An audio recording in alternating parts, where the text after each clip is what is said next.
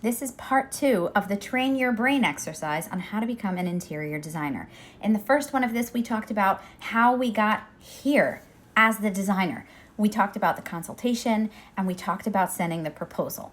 The next thing that will happen is hopefully they agree to the proposal, which includes your payment terms, includes any other fine print that you need to have in there.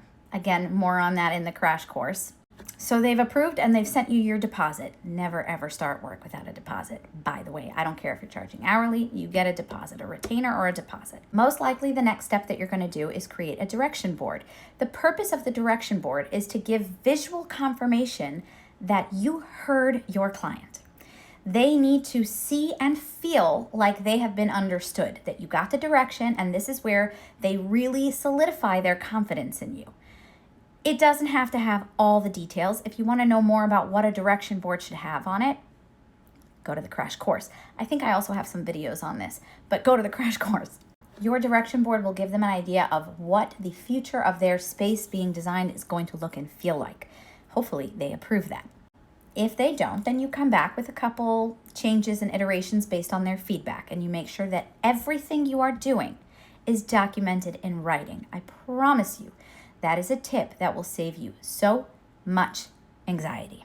Your direction board is approved. Now what? Well, this really depends on the scope of the project, but we're going to use this room as an example. So for this room, your next thing would be to have some rough drawings drawn up. You don't necessarily have to have full blueprints here or full CAD drawings, because we're going to make the assumption that no walls were moved here and we're not installing new doors and windows. Let's say that these were here, the wall looked like this.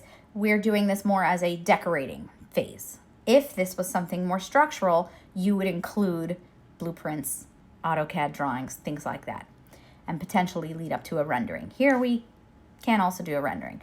But the first thing you want to do is create your floor plan. So you want to know exactly what size everything should be, what the layout is. Make sure you have the right clearance.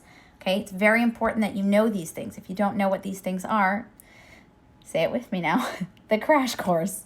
I'm going to continue, but I want you to stop now and in the comments tell me if you have any questions on anything I've said so far. If you want me to talk more about like pricing, like how would you price something like this, let me know in the comments. If you're confused about something I said, let me know in the comments.